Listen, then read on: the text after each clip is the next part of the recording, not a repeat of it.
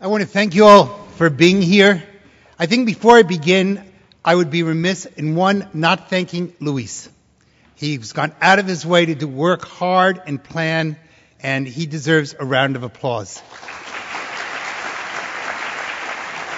Secondly, of course the Garys deserve all our great appreciation, but also the members of the staff here at Bethwood and at the Renaissance. These people have gone out of their way. I'm sure if I mention names, I'll leave one of them out and I'll feel terrible. But you all know who you are, and you deserve you have my undying appreciation, and you certainly deserve, I think, everyone else's here. So to all of you who are on staff at both places, thank you so much for everything that you've done. Normally, I try never to use notes, but because this is something I only pulled together an hour ago when I finally finished seeing people, I will need to use the notes from time to time. Let me first go over a little bit of what I've seen while I was here. And the way I thought we'd run the day is the following. One, I'll give you some feedback. Then I want to give some time for you to make questions, ask me things that you'd like, clarifications, etc., etc. And then I don't believe in meetings that end without some form of homework or some form of assignment or challenges for the future. You use the word you like. But I'd like to leave with the idea that over the next few months, we have some concrete tasks that we can accomplish. So when we look back, we say, this is what we wanted to do, and this is what we did. So I want to provide you with at least some strong suggestions for some concrete things that we can do. First of all, over the last few days, I want to thank you all for not having the sun shine too much, because if it had, I would have looked at all your beautiful scenery and not have paid attention to you. So there was a brilliant move having it cloudy in the air, but instead I saw the beauty and the sunshine in your faces. So thank you for that. I had meetings with business leaders, and I won't go name by name because I think that's not a good idea. I had a really interesting session with young people, and they define young people as people between the ages of 25 and 35 who had either not left the county or had come back to the county.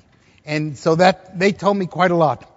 I had a chance to meet with some of the educators, and the president of the junior college was kind enough, the community college, to spend some time with me and to give me some of her insights. I had meetings with some of the various communities.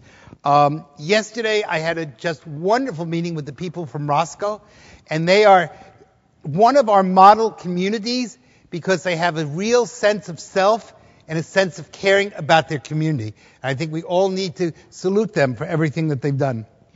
I had a meeting with some of the people from the agricultural community, and I got to see some of the successful farms and some that are struggling a little bit. I had meetings with people at the Delaware water basin, both on the New York side and on the Pennsylvania side. I had a wonderful luncheon, which was a very open luncheon, with some of the EDC leaders. I met with government leaders. I met with people who are people, citizens of the community.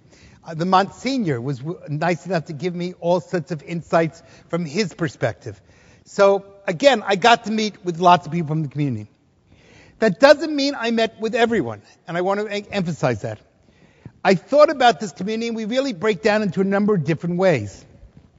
We have those of you who are all-year residents. This is your home. This is where you live.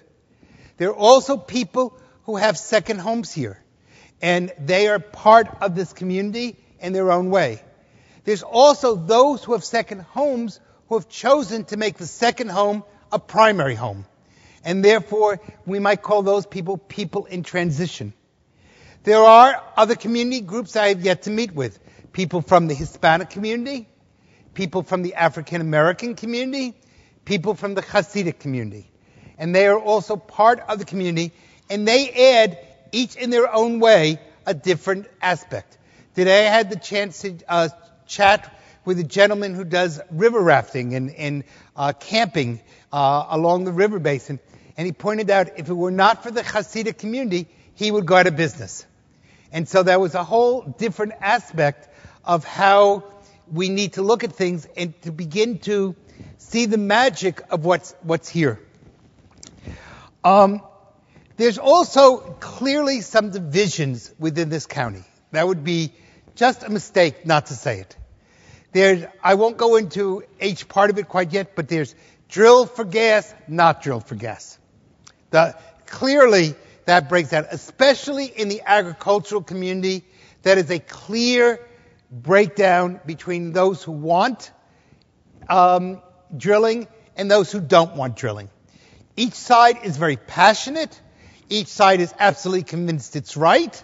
Each side has some issues in the fact that it's going to have to learn to live with whatever the final decision is.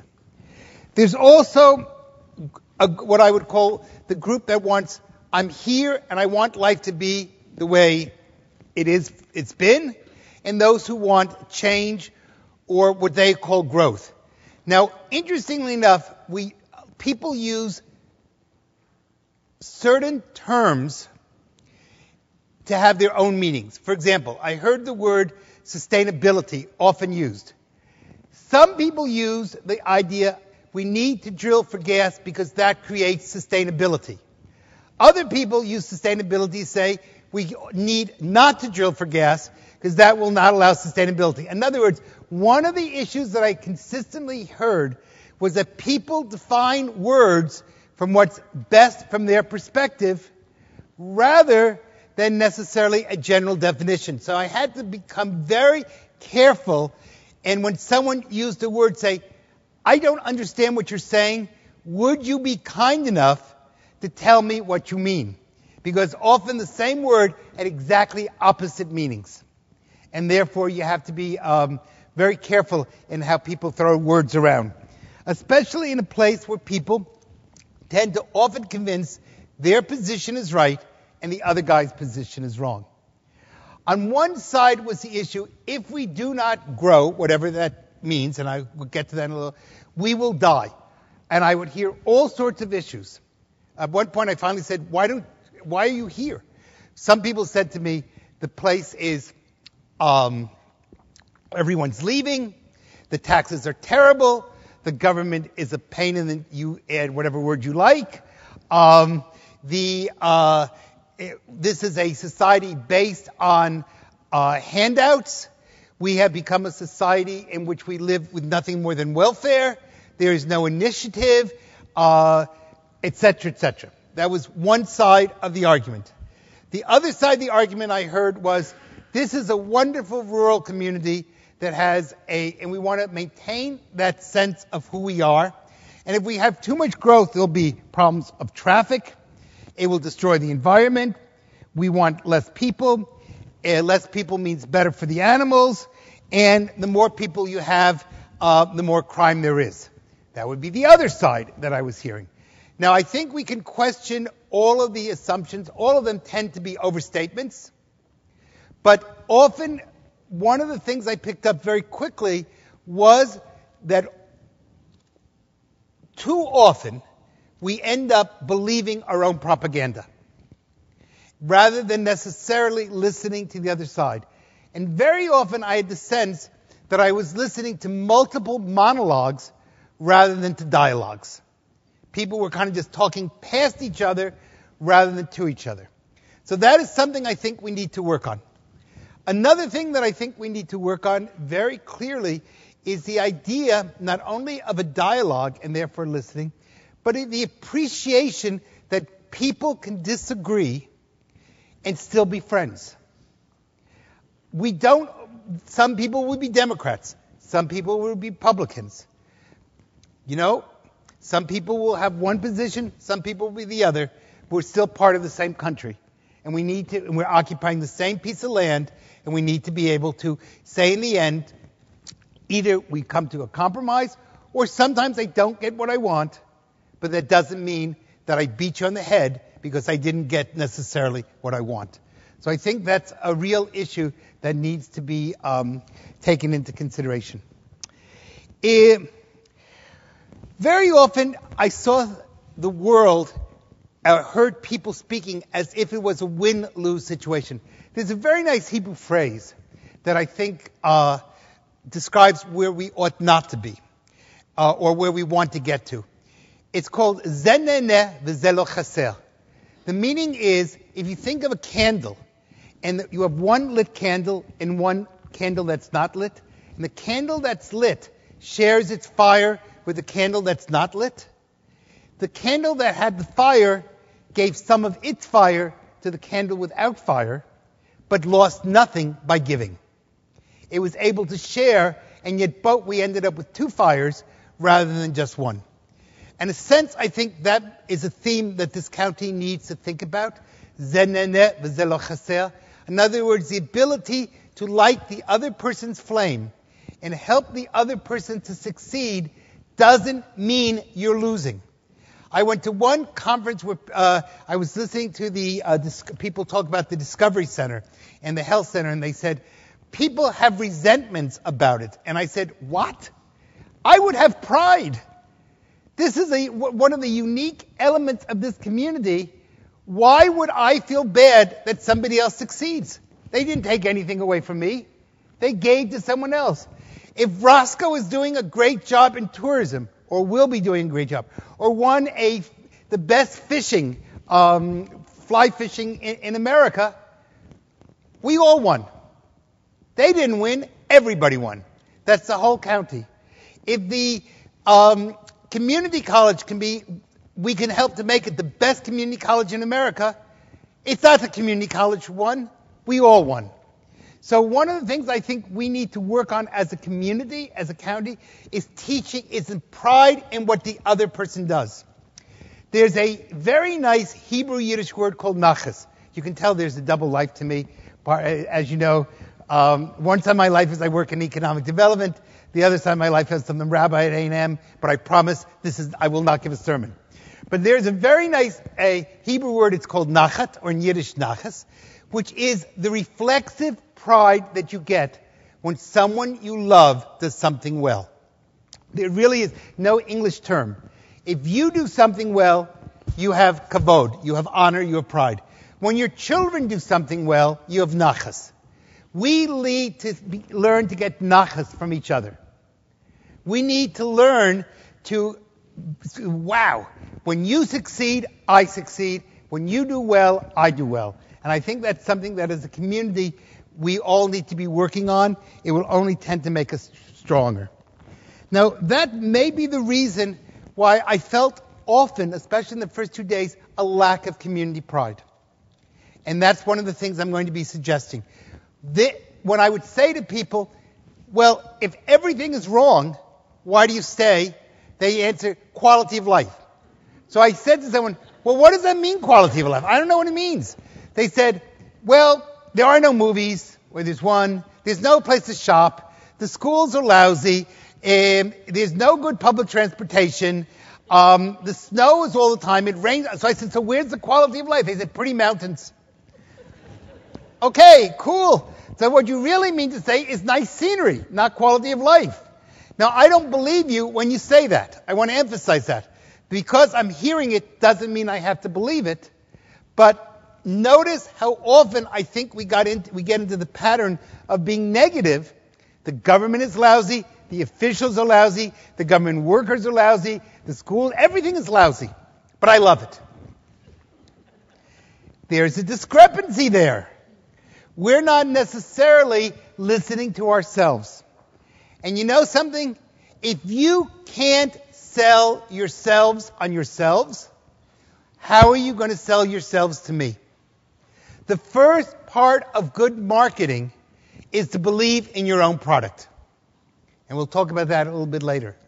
But one of the things I really want to stress is that it seems to me that Sullivan County doesn't know its own beauty. I really picked that up when I met with young people. When the young people, again, I'm defining as 25 to 35. And I'd say, well, what is there to do? Nothing. All right, that's pretty common. But then they started saying, well, we need a skateboard. Well, actually, we have a skateboard park.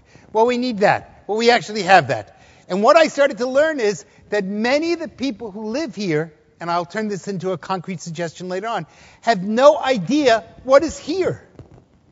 And if you don't know what's here, then you end up being very negative. Today I was in the Delaware River Basin, and people were talking about boat ramps, and someone said, I lived here my whole life and I didn't know there was the entrance to the river. That tells me that we need to do a better job of educating ourselves about what there is in the community and learning how to take advantage of it. You cannot, this is classically has been a tourism community. Well, you cannot promote tourism if you don't know your own product. And so the beginning of success is knowing your own product. Now, as you know, when I'm not working as a rabbi at Texas A&M, my PhD area is in tourism and economic development. Obviously, I have a very pro-tourism bias. I don't try to hide that. I am a firm believer, and I will say it again, that tourism is not a part of economic development. Tourism is economic development. Good tourism requires beautiful landscapes. It requires something to do. It requires excellent customer service. It requires a smile. It requires a sense of an educated population. It requires low crime rates.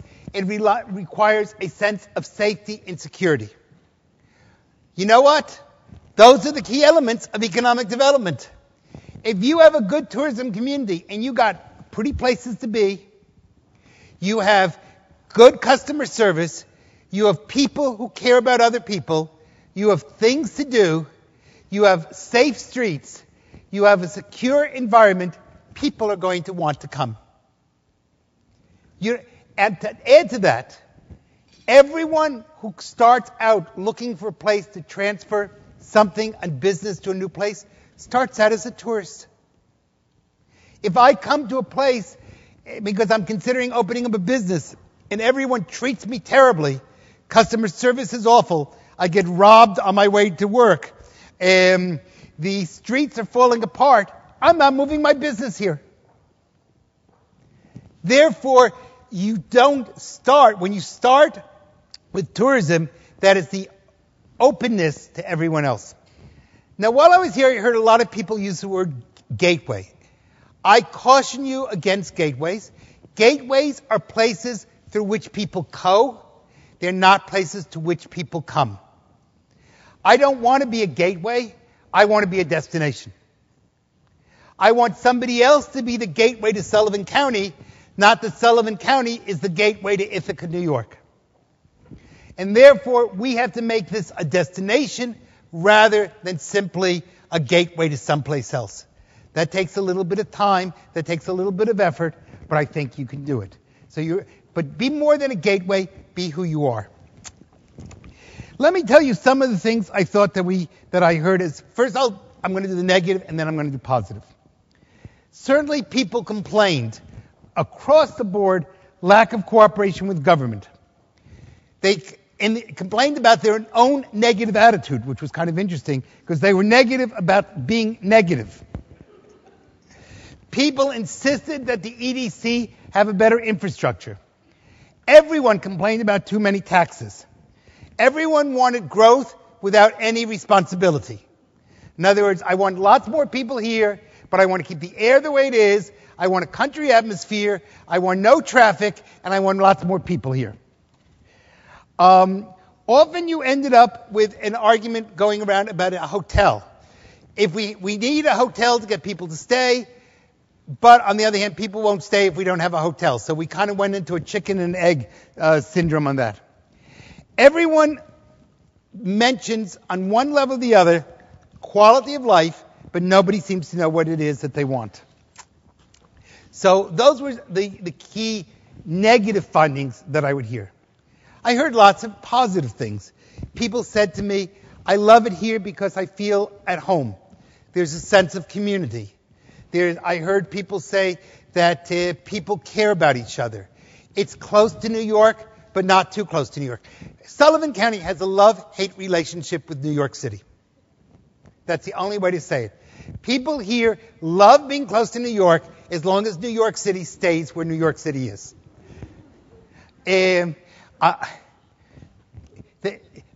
Correct?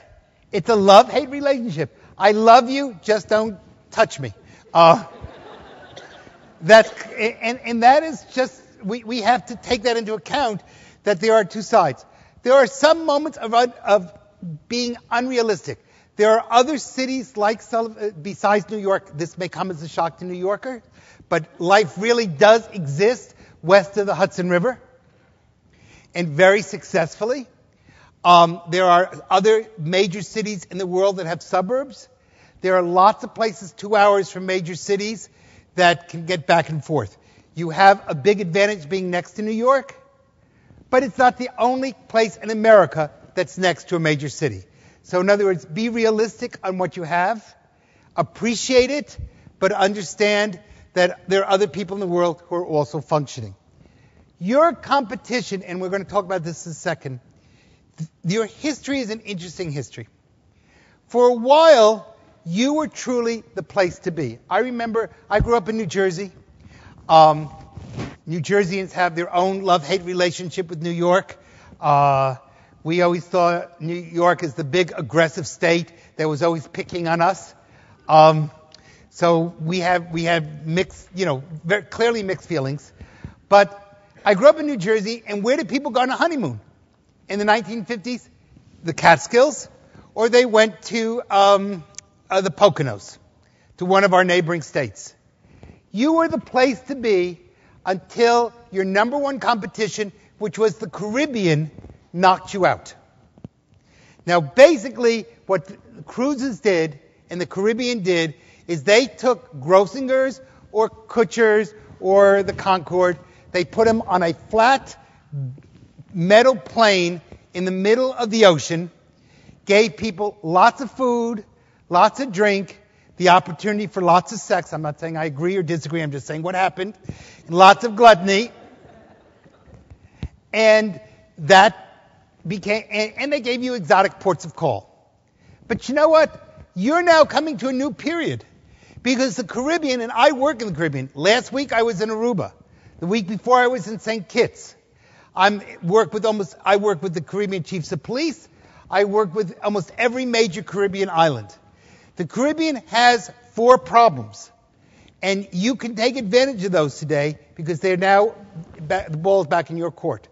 First problem, there's not much the Caribbean can do about, but because of recently greater numbers of hurricanes, vacations are a little bit unstable when you go to the Caribbean. You can get hurricaned out.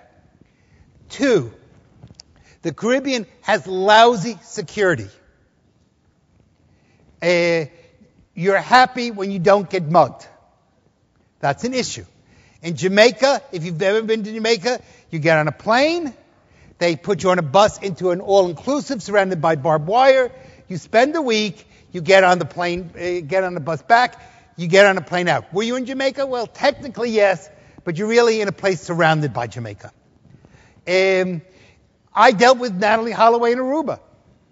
So security is a major problem for the Caribbean. Secondly, the Caribbean has to deal with lousy customer service.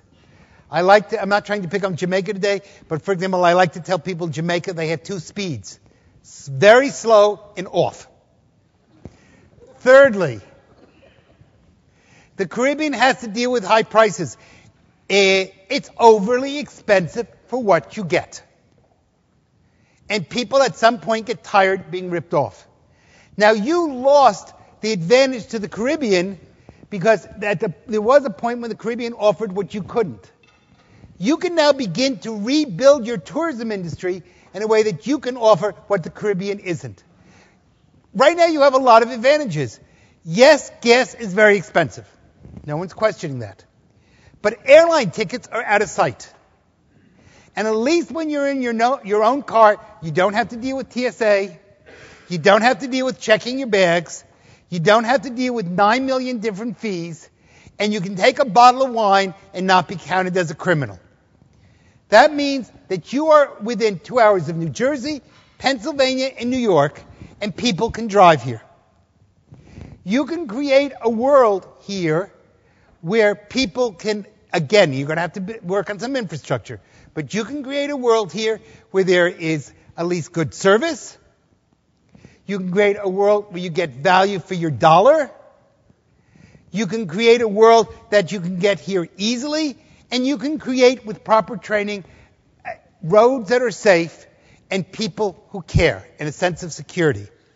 If you can do that, you can start winning back lots of people. I'm not going to make this into a history of tourism right now, but right now the ball is in your court.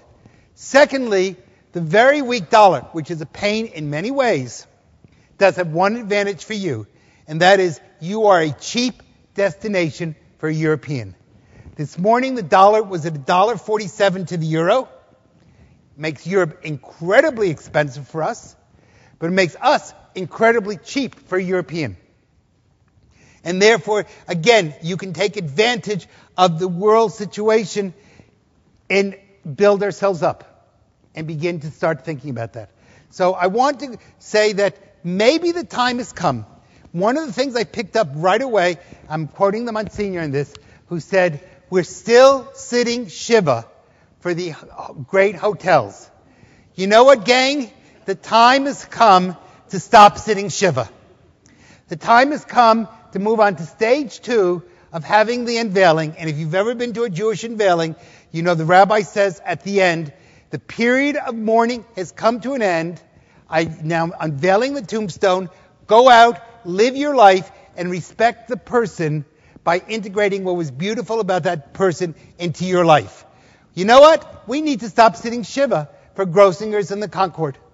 The Monsignor could not be more correct. The time is cut. Let today be an unveiling. Let's go out. That's part of our past. It's over. Let's move on to the next stage. Let's now take what was beautiful about those hotels and integrate them into our lives.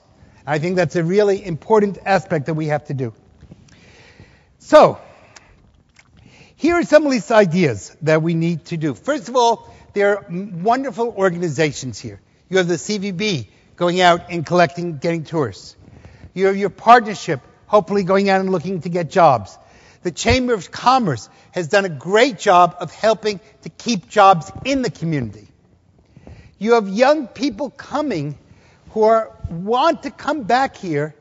They don't know where to go. We need to create an entrepreneurial center to teaching people how to be initiative. Now, here's something I learned over all 4 days. Every day I met people, it doesn't matter, in agriculture, in stores, you name the business, I met different people around. It was always the exact same pattern. Those people who expect to get something got nothing. Those people who work hard to give something and found a unique niche, found a unique quality, something that a need, were being very successful. It doesn't matter if you're dealing with a dairy farm producing kosher milk or a horse farm that turned itself into a camp. It doesn't matter if you are looking at creating snowboarding opportunities or fly fishing in Roscoe, or if you were looking at some of the downtown businesses.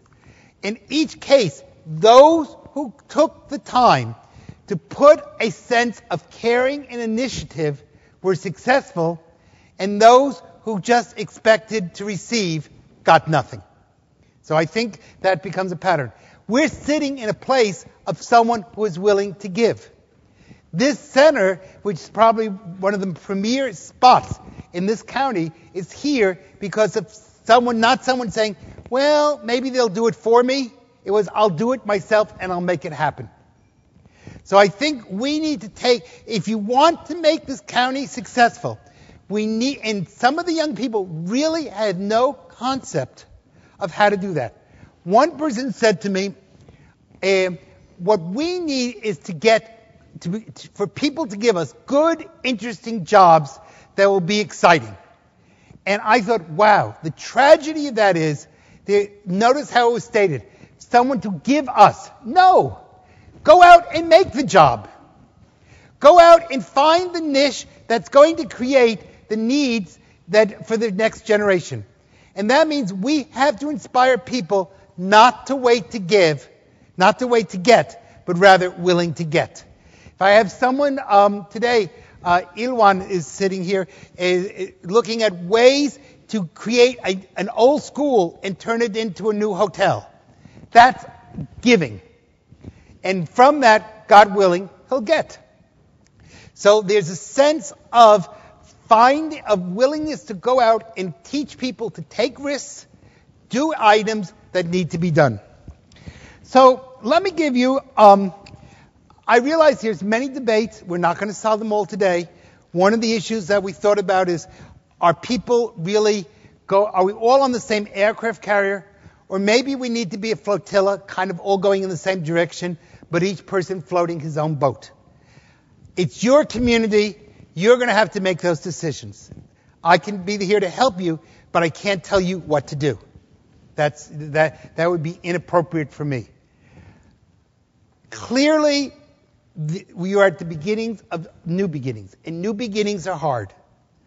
The saying, Kol hatchalot kashot, all beginnings are hard, is a classical saying. And you don't have a beginning, you have multiple beginnings. So each one of you is beginning a personal journey, and the community is beginning not one journey, but many journeys. I had the chance to walk through Monticello. What a beautiful set of architecture. And yet how tragic it is that the stores are empty. How do we make that into a new beginning? How do we begin to volunteer? One challenge I'd like to put out to every one of you here is, every one of you, besides your jobs, because I know you have nothing to do, ought to spend at least 2 hours a week in some form of volunteer organization. Now, I'm probably preaching to the choir, because if you didn't care, you wouldn't be here today. So I understand that. But if we could teach everyone to give 2 hours a week, they would feel that this community is theirs and not somebody else's. So, let me give you some suggestions, and then we're going to talk about them. Again, I'm not an expert on Sullivan County. I spent 4 days here. 4 days, or 3.5 days, is really an expert it does not make. But I would like to think of myself as a fairly keen social observer and a fairly good listener.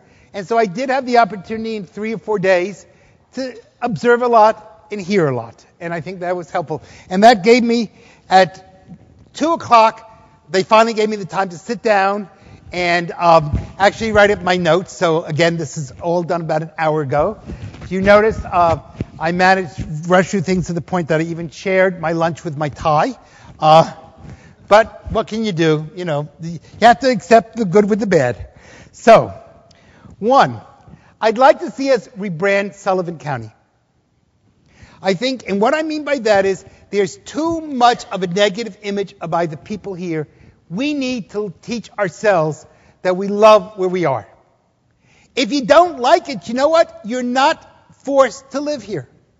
Leave. Seriously, no one's forced. I don't remember a gun at 17 saying, turn back. There's no Berlin Wall here. So if you're choosing to stay, make it the place you want it to be. And I'm going to tell you something else. There's no place in the world that's perfect. So you go someplace else. Even Texas, and Texans like to brag, have problems. Hard to believe. Are we willing to export some of our sun to you? If you would give us 2 days of rain, we'll give you 2 days of sun. So that would be a nice exchange. But there's no place on this earth that's perfect. Maybe heaven is perfect. I don't know. I haven't been there. But if you're on this side of heaven, you know what?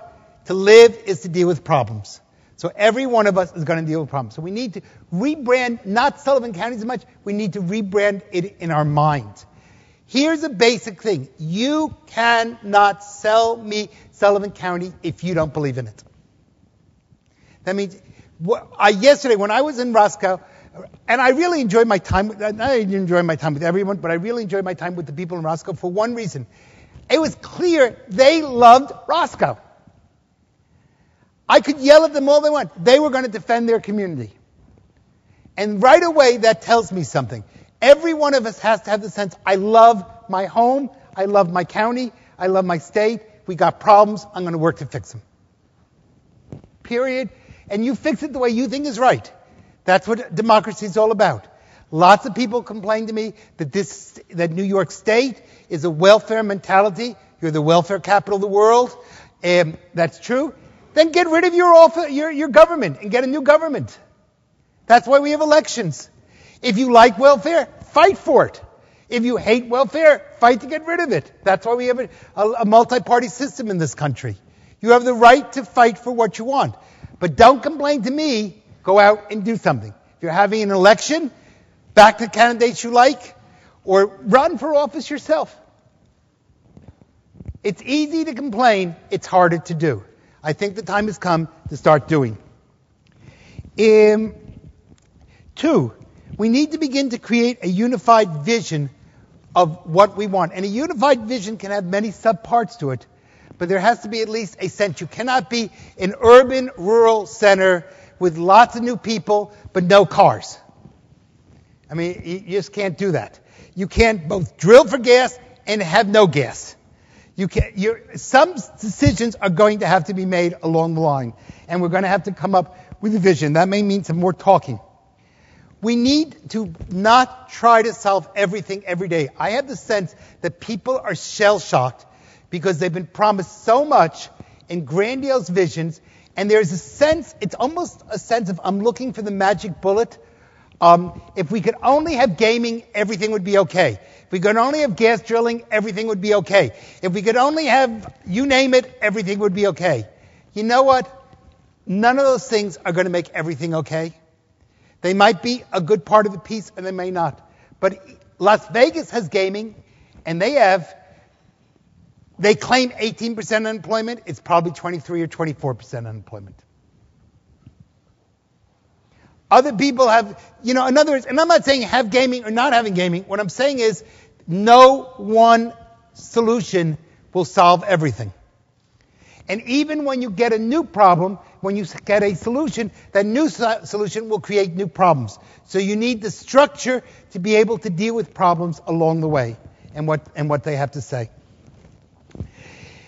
I'd like you to, therefore, begin to think about breaking down problems into smaller areas. What's one thing that we can do in the next 6 months? Let's get it done. Nothing breeds success like success. If you have a giant, I'm going to make the weather of Sullivan County the same as Dade County, Florida, it's probably going to fail. Be who you are and take it one step at a time and keep building towards something rather than getting frustrated and saying, well, nothing ever happens. I'd like you as a beginning to consider focusing on Monticello as it's your county seat. You have a beautiful infrastructure there, and yet there's an emptiness behind the buildings. The vision I got as I walked down the street of Monticello was these were buildings crying out for help. And I could almost see their tears as I walked down the street. I think Monticello symbolizes a lot for your county because it's where different ethnic groups come together. It's your seat of government. It's your seat of, it's a place that could beautifully become a destination. I had all sorts of images of what I'd like to see in there. It doesn't mean they're right, but I could see it as a place for artists, musicians, a place where culture flows. I mean, I could, and I will tell you, there are a hell of a lot of city managers in Texas who would love to have Monticello for 6 weeks because we'd have some quick things going on in Texas instantaneously. There'd be tax abatements right and left. There'd be, we would come up with we'd just change the laws and do whatever needed, but we'd fill those buildings. But we need to the city needs to be beautified and the city needs to be fixed. Now, speaking of that, one of the things, you have many beautiful areas, but they tend to be areas that God gave you. You still have a lot more flowers to plant, shrubs to shape, streets to clean. Clean, beautiful areas attract economic development and they lower crime. When I work with police, and they say, we don't have a lot of money, what's one thing we can do? I always tell them the same thing. Beautify the area is the cheapest way to lower your crime. And that's something that you have the beautiful God-given areas. Now we need to make man become God's partner in creation. And therefore that becomes an essence that I think we can do, especially in some of the poor areas of the country. An idea that I had for you is what I call personal reconstruction. If it seems to me that you have three main areas to build on. One is that this is a place of health. Your Discovery Center, you have some wonderful hospitals that have come into the area. So that's an area that's strong. Tourism is very closely related to health. As a matter of fact, hospitality and hospital come from the same root. And therefore, that's an area that you can build on. You can build on education. You can build on the scenery. And this is a chance for so many people in our country, not here, in America, in the United States, need to reconstruct their lives. The United States, my word for the United States, is the country of the second chance. Because most of our relatives, our earlier relatives, 2, 3, 4 generations, came here because we were rejects from Europe. I remember I was in Hingham, Massachusetts, and some woman said to me, "Oh, my family got here before your family did." I said, "Great, so they got thrown out of Europe before we did." No one in the 17th century came here because they wanted to come here. We are a nation of rejects. We are a nation of rejects in a land that gave our ancestors a second chance, and that second chance allowed their children or grandchildren or great-grandchildren to build. The only exception to that rule is the African American community, which was brought here against their will, not because of it. But everyone else in this country got here because somebody got thrown out of Europe for religious reasons, economic reasons, political reasons, some other failed reason, and ended up here. And we give second chances. Let's make Sullivan County the land of the personal reconstruction, where we let the mountains sing out to us and create a world where the soul can touch heaven by giving people the opportunity to live again. That becomes a saleable product. This is a spiritual area. This is the place of Woodstock. This is a place where the American Indian had spiritual areas. You have a Hasidic community here. You have all sorts of various... You have a Buddhist community I learned about here. You have all sorts of different... A place where religion touches the soul for economic development. And you can do that here because this, if you see your land as a special land. Now, you're not going to see it every day. But I think when you honor that memory of Reconstruction, you're honoring not only yourselves and the people who came before you, but the generations yet to come. I remember working as a tour guide in Israel. And I'm not going to tell you that every day I felt I was in Holy Land. When I was dealing with downtown Tel Aviv traffic, I was dealing with enough. But even on the days that I was screaming at the bus for cutting me off in downtown Tel Aviv, I knew I was in a place that was different and special. You're also in a land that's special and different. This is a very unique place. Make it unique. Make it holy. Make it distinct. To be holy is to be different. To be holy is to be yourselves. And when you are the best of who you are, I want to come and join you. So again, it's not meant to be a sermon, but it is meant to be inspirational. All right, let me give you some of the other things I think we need to begin to understand about. The second homers. I heard there are people who love people with second homes here. There are people who hate people with second homes here. You know what, gang? They're an industry. Like it or not, first of all, you can't stop it. And secondly, they're a major industry that brings in people with new ideas, new concepts. You can fight them, or you can pull them as part of your community. There are people who have lots of money and can be used because you don't build a second home if you can't afford the first home. So therefore, we know they have, by definition, a certain amount of money. Give them the opportunity to add to your community. Some of them may want to join you. We don't know what these people want. I don't know if they like doing nothing or they want to go out to eat, but they can't find a restaurant where they want to eat in. So one of the things, when I was in Roscoe last night, I said to them, one of the things you need to do is speak to your people of the second home people, and find out what is it they really want. Not, I think, I don't know. We can all think, but we don't know. We need to get some really good data that tells us exactly what our people want. Not what I think you want, not what you think they want, what do they think they want? Because they're the customer and they're the ones who count. It doesn't really matter what I think, it matters what they think. So, what I'd like to do now, what time is it? Oh, right on time. Being Jewish, my national sport is talking, so I have to be careful. I'd like to hear your comments about what I said, and then I want to give you some suggested tests that I'd like to see us accomplish in the next 6 months. Because if we don't have deadlines, we'll never get to there. And I've learned that. Too many years of teaching have taught me that. But first, before I continue, anybody have a comment? Want to fight with me, get mad at me, yell at me, tell me I'm an idiot, whatever, it's okay. This is your chance to say it. There are microphones around. So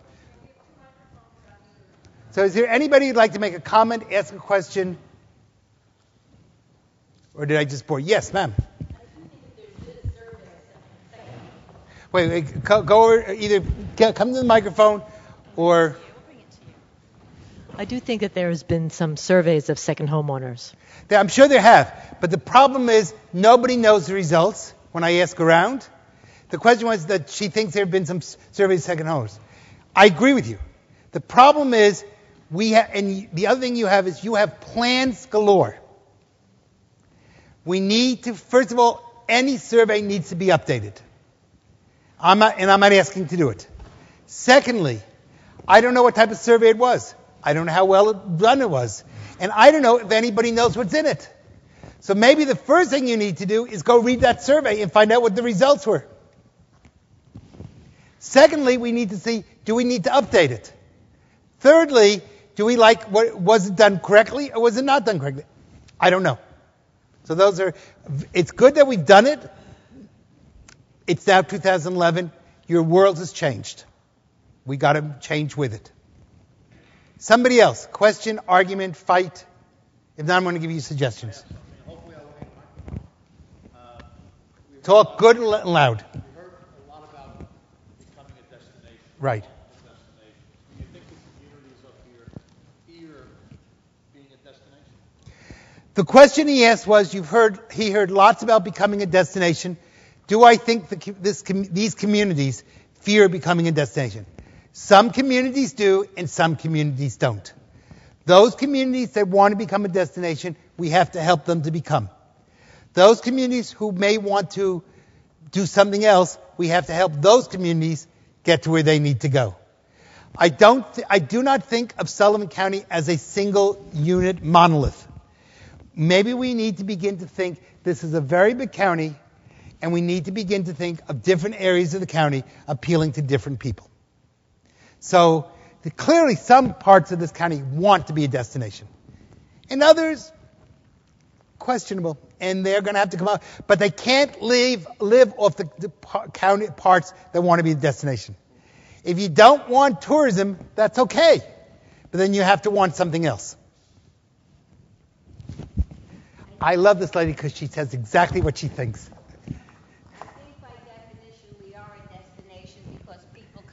To their second homes, right, and have been for a number of years. When we did the survey, as I recall, and I had read it, some of the people were not happy with some of the comments made by the second homeowners, and so I believe to that extent some of it was ignored by the year-rounders because we were not willing to change to accommodate some of the requests of the second homeowners. It does have to be updated. We have a new direction in second homeowners. But one observation. Look around the room. We're a diverse county. We are not a diverse group in here. That's what I meant when I said, you're absolutely right, and that's what I meant when I said, if we don't have people from the African American community, we don't have people from the Hispanic community, I don't have people here from the Hasidic community. There are multiple other communities. I got to see a lot. I did not touch every part of this community. We invite them. They don't. Yes, I understand that. Right, I understand that. I'm not yelling at anybody. I'm not blaming anybody. I'm just making a statement, a fact. And yes, but you're going to have. You know what? When you question people, you got to be willing to at least listen to hear what the answers are, because I cannot just say this is the answer I want you to give me. If not, just let's fill out the surveys ourselves.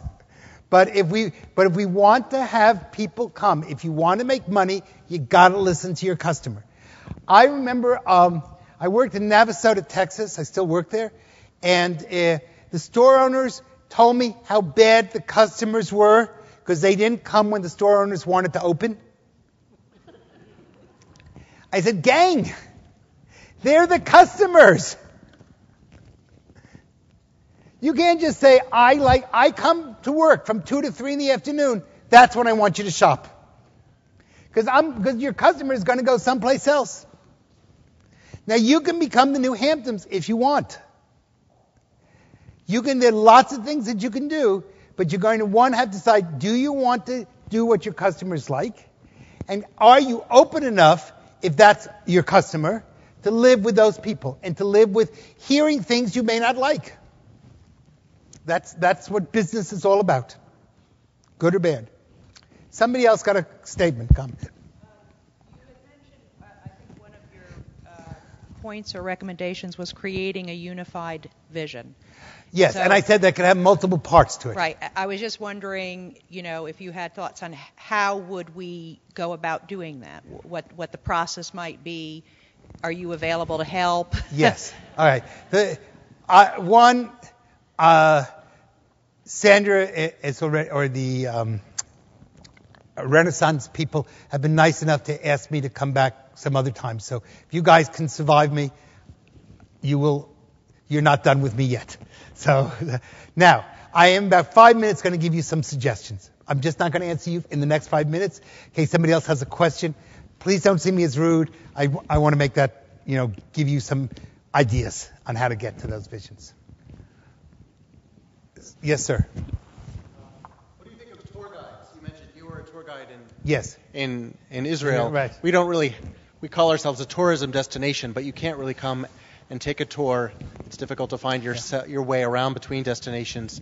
And you mentioned European tourists. I've worked in communities in Harlem, in the Bronx. The first thing they did was market the curiosity to Europeans, who were the only ones who would come there in the 70s and 80s, and now they're a tourism destination for people. Sure are. From all over. First of all, that's a brilliant question. So, one, thank you, and thank you again. Now, having said that, I think there are 3 areas in tourism you may want to work on. One, I think you need to create packages. And what I mean by packages is, here's a list of restaurants, in other words, someone gets some sort of package. They don't even have to pre-buy it, but at least this is a 3-day set of events. This is a 3-day outdoor event. This is a 3-day fishing event. This is a 3-day schlep through the mountains event. This is whatever you want to call it, okay? Secondly, I would love to see tour guides, and I would love to see the community college offer courses in tour guidesmanship. That means customer service. That means understanding restaurantship. That means understanding hotelship. And license them, because that will give your young people extra jobs. And people today want hassle-free vacations. So if you can facilitate that, that would be a brilliant thing to do. I think you need more than tour guides for outsiders. I think you also need tour guides for insiders. I think you need to take people once a month and have a tour of Sullivan County for the locals and especially for your young people. And they need to know what's here. Call it the love bus instead of the love boat. And you know what? One of the complaints I got from young people is there's no place to meet other young people. It's not a sin for people to meet each other, fall in love, and get married. And that will never happen if you don't meet people with whom you can do that. So let's provide opportunities in clean, wholesome ways. So I do not want people just claiming to be tour guides. I want them to be licensed. I want them to be knowledgeable. I would suggest the community college offer a course in it. A course, it's tourism the first year, and the second year, Sullivan Countyism. So they know, and they're tested, and they have to get a license, so that we have people who are not just talking off the top of their head. Thirdly, we advertise that. We let it be, and fourthly, we connected with the learning of foreign languages. So that when the tour guide goes through, he or she is wearing, it says, I can lead you on a tour in English, Spanish, German, French, and now they don't have to know every language, Japanese, whatever the language is, but they shouldn't be able to get at school unless they're fluent in at least one other language. And in an interconnected world, they're not going to be tour guides for their whole lives, but you know what they're going to have? They're going to have the ability to go out and get other jobs because of the skills we taught them as tour guides. Customer service, showing up on time, dealing with difficult people, dealing with language skills, dealing with economics. That stuff, it doesn't matter what job they go into, they're going to be a success. In this world, we are failing our kids if we let them get out of school and they are not at least bilingual. That is a minimal that we need to create for every person. And Spanish will be the dominant because we live in a Spanish. Remember, in America, which is all 27 countries from Argentina to Canada, only 2 speak English.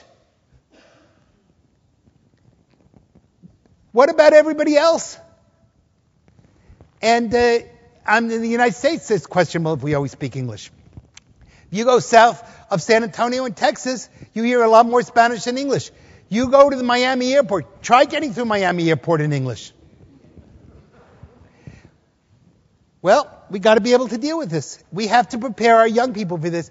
Tour guiding would be a brilliant way to create jobs, a brilliant way to give the community college a new area to work on, and a brilliant way to make this county susceptible to Europeans who love seeing mountains and stuff that you have.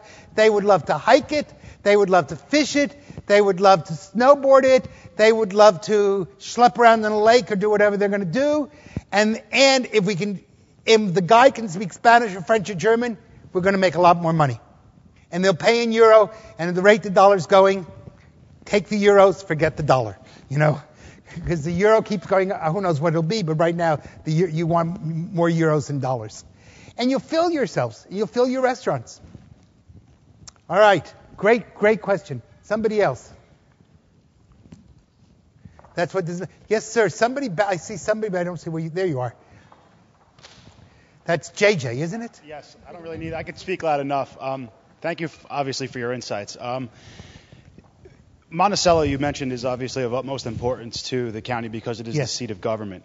You touched on the possibility for redevelopment there and obviously the need for tax abatements, which I'm sure we have government agencies working on, and also possibly the rebranding of it. What else, and maybe this is going to be in your suggestions later, is of real importance in order to make that become a cultural center again? Because it once was, and it is vitally important because if this county is a destination, then Monticello really is the gateway.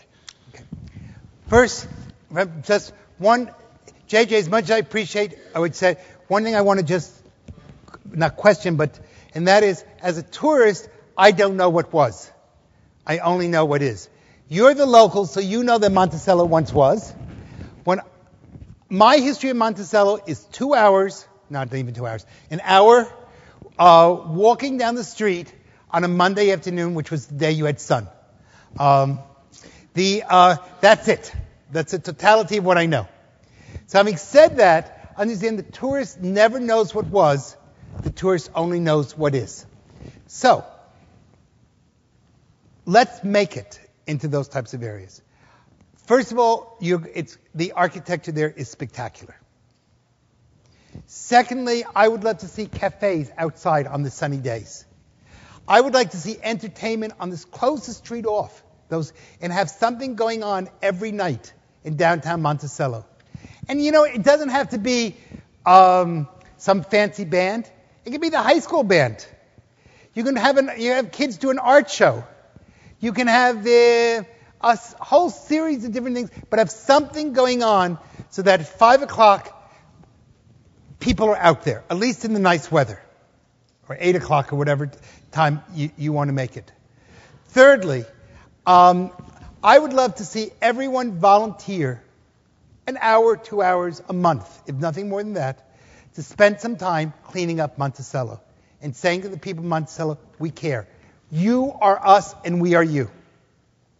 And therefore there's no way, and that means I would like to see opened in downtown Monticello a center for entrepreneurial initiatives where people can learn how to become good business people. And what does that mean? What do you have to do? How do you think out of the box? JJ was with me on the day I met with the younger people. And you may remember one of the things I said to you all, I don't know if people liked it or not, but I said this, I'm 40 years older than all of you, but I think 30 years younger than you guys. Because the one thing that struck me about his generation, they weren't showing me creativity or risk-taking. It was like they were answering short answer exams. I don't want a short answer exam question. I don't want yes, no, A, B, C, D. I want creativity. I want you to think of new stuff out of the box that makes no sense. And the more absurd it is, the more I want to like it. Now, someone was telling me about people coming up with all sorts of festivals and ideas and concepts. Don't be afraid, especially your age. Risk it. If you're in your 20s, the only mistake that I cannot forgive you for is not making a mistake. Because when you're in your 20s, if you're not making mistakes, that means you're not doing anything. And we, as a community, have got to back them and pat them on the back every time they make a mistake. I have the feeling that people are afraid to make mistakes. Oh, I only got a 60 on an exam. Life is not a test in college. Life is the ability to make mistakes, pick yourself up, make another mistake, pick yourself up, and the third time you succeed.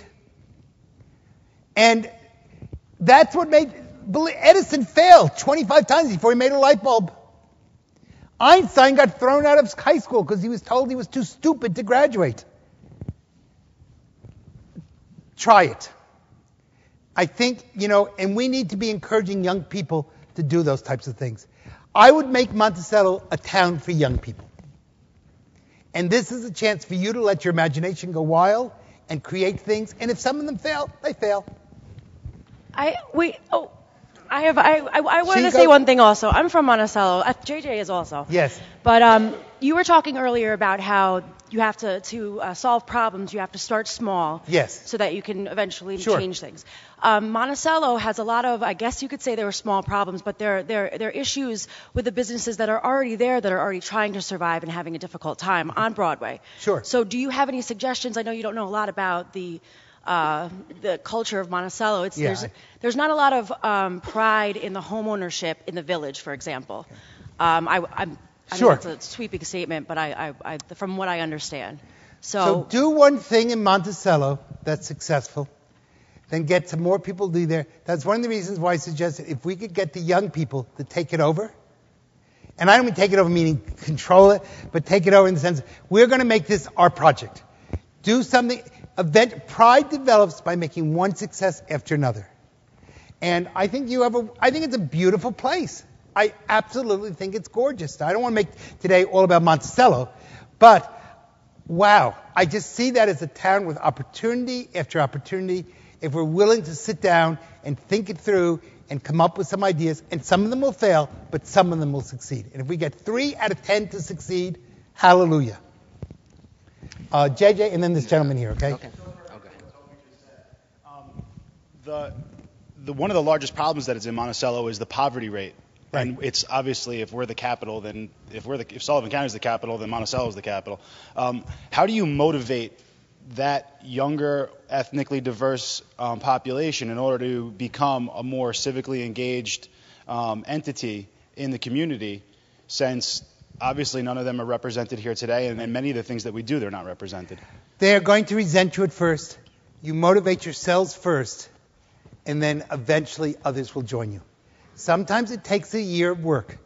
Let me give you, I don't want to do too much, but I think Navasota, Texas is very similar to Monticello. 3 groups, Hispanics, blacks, and whites. Everybody kind of disliked each other.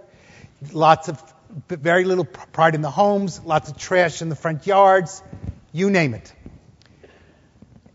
I spent a year, I begged people to come, especially from the African American community. Sometimes it takes an off-the-wall comment to break people through. I had a meeting in Navasota. I invited everyone there. I got the police to go to every home in Navasota and personally deliver a letter of invitation. There was no way you couldn't know. One lady stood up. I was talking, and this lady said, "Sir, as a white man, you don't know what it's like to suffer." She was an African-American lady. So instead, rather than defensive, I looked at her straight in the eye and said, "Ma'am, how dare you call me white?" I take that as a personal insult. It was like shock. I said, "Wait a second. For 2,000 years, we got beaten up in Europe for being told we weren't white. Hitler killed me for not being white. And now you're calling me white? How dare you? I didn't get paid for the pyramids. You want to talk about suffering? I'll tell you about suffering. You want to talk about slavery? I'll tell you about slavery. We got invited to Egypt and they turned us into slaves for 430 years. Enough." There was dead silence. And all of a sudden, there was applause. And what happened was that off-the-wall, stupid comment, the African-American community said, he's part of us. And the Hispanic community said, no, he's part of us. And the white said, no, we're taking you back as white. Well, you know what? Everybody started working with me. Before the next year, I started getting people saying, from the African-American community, especially working with the black churches, we'd like to be on this town committee. We'd like to be on this committee. And you know what? Slowly but surely, I said, like it or not, we're on the same piece of territory. We can kill each other or we can work with each other. Let's work with each other. It's a lot easier. But sometimes you've got to have the patience to look for that off-the-wall moment, and those are the moments that tip it over. Now, when that will come in Monticello, I don't know. But if you're there enough, it will come. Yes, sir. And then I'm going to start giving you some ideas. Dr. Tarlow, Alan Sorensen, legislator for District 9. Another great guy. I think I'm very familiar with Monticello. I have 3 children in the school district. And I do think one of the gems in the Monticello School District is the Finance Academy. And I think it's an opportunity to take some of the students who are participating in the Finance Academy and actually get them involved, and perhaps, through the partnership, perhaps with a county role, to actually have an incubator on Broadway where those students participate in actually helping to establish and create businesses. I think it would be a wonderful opportunity for them. And I think if you actually had the opportunity to meet with some of the students in the Finance Academy, the thing that you would immediately recognize is that those students are not only excel academically, but they're also very ethnically and racially diverse. So there are many students, many of my son's friends, who excel and are participating in the community, regardless of their ethnicity. So I think we need to do more as a community to reach out, to give opportunities for these children to participate. I've had many conversations with my son's friends, and they talk with pride about their community. They would like to see more things happening in their community. They would like to see more opportunities. And they're excited when they hear about initiatives that are improving their communities. They love their community, regardless of race or ethnicity. And I think we just have to provide more opportunities for them to become involved so that they can help to provide some of the solutions to the community. Thank you. That's a great segue into the next stage, which is I'm going to give you some suggestions, and we're not leaving till we get some closure. So the first thing I was going to suggest is that we need to be working on, and this is what I like to do. I'd like volunteers. If somebody would actually take notes of names, maybe Denise or somebody can, so over there you can take notes? Okay. But someone's going to actually take some notes, okay? Megan, would you like to go up there and write it down there, or do you want to take notes sitting at the table? All right. Here's Megan. Come on. This is the point we call the time has come, the walrus said, to talk of many things, of shoes and ships and sailing wax and cabbages and kings. So I can actually quote the whole poem. Blame my 4th grade teacher. Yeah, I can. All right. 1, I'd like to have 1 or 2 people who would volunteer to come up with some unique ideas of integrating education in Monticello. I need 2 people who say that over the next 6 months, they're going to come up with a plan and actually do something. I'm not going to leave till I get volunteers. 1, will you say your names out? So say your names real loud. Aaron, what's your last name, Aaron? Aaron Lynch, Lynch. And your name, ma'am?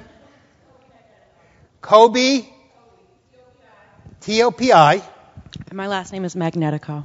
Would you spell it for her? Sure, it's Magnetico. Magneti.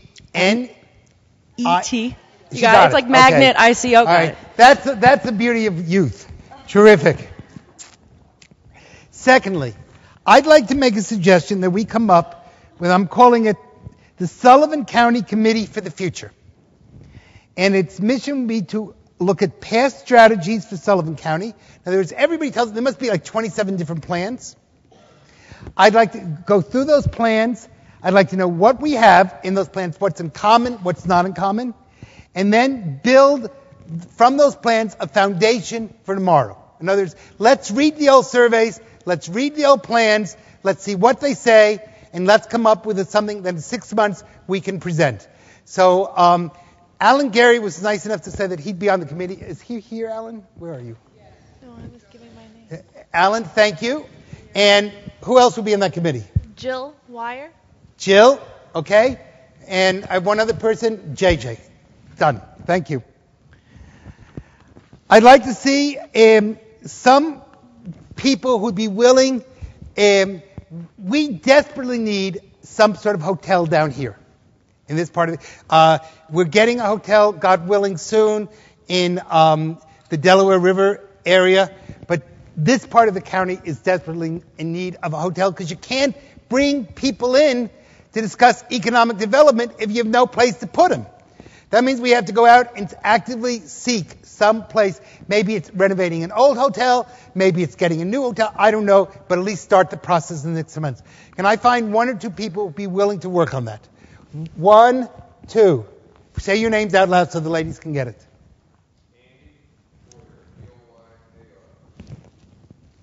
Roberta, will you say your name? Good. Thank you. I thought I was going to fight with you guys. You guys are wonderful. I may actually see my mother tonight yet. All right. I need 2 people who help me just be coordinators. In other words, so that I can, because I can't call Sullivan County. I have to call somebody in Sullivan County. Would 1 or 2 people be willing to kind of just work with me so that we can come up with ideas? And it can be in government or not in government. It can be Lenny, and Lenny, your last name is? Binder. Lenny Binder. Cora Edwards. Anybody else? 1 more. Say your name. Carla Hans. Okay, terrific. So, this is somewhat still a tourism area. Let me kind of end with this, and then I'll take any other questions. Tourism, remember, is the business of selling memories. Economic development is the business of selling hope for the future. But you can't sell hope for your community if you don't first produce the memories. So we have to produce the memories, and from those memories will come the hope. Now, I have a lot of faith in all of you guys. I think you're really terrific. And we're going to end before 6, which is even better. But what I'm hoping to do, and I think the Gary Foundation has been very nice to say that they'll bring me back, is come on a sort of a regular basis. I'd like you all, and we're going to work over the next, say, 4 months on getting progress reports. And then we're going to demand progress reports. And God help you if it doesn't get done. And the person who's going to be on the God committee along with me is the Monsignor. So, so I just need one Protestant minister and a Buddhist monk, and I'm in great shape.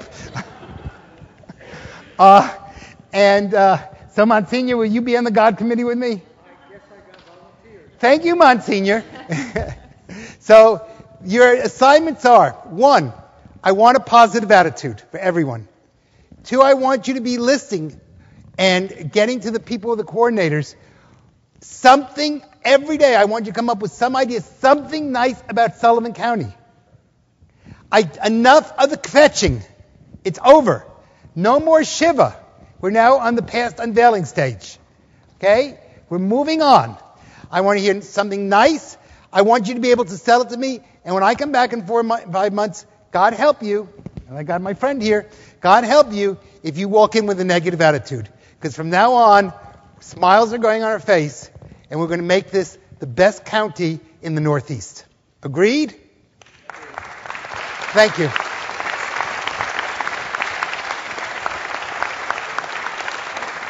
So here are your options. We can schmooze away, you can go eat, or you can go home. So what would you like to do? Anybody else, any last comments they want to make? I want to thank you guys. This has been really 4 wonderful days for me. Did you want to say? I would like to Say real loud. I would like to see our schools teach enthusiasm. I would also like our lower schools. I would also like to see them teach our young people in school what a wonderful place to live in. We'll get to that after we teach ourselves to be enthusiastic, stage by stage. But we start by teaching by doing. And the first way everyone in this room has got to become enthusiastic. Everyone in this room has got to say, wow, thank God I'm living in Sullivan County. Because you know what? It's infectious. And that's the type of illness you want to make other people infected with. I want people to say, wow, look at these great people. This is wonderful. Look how lucky I am. I'm not from here, and I'm lucky to get to know you guys. I want to thank you for giving me the opportunity of being with you. And I certainly want to thank the Garys for everything they've done. So thank you again. We'll give that to them, Nicholas. Thank you. You guys are great.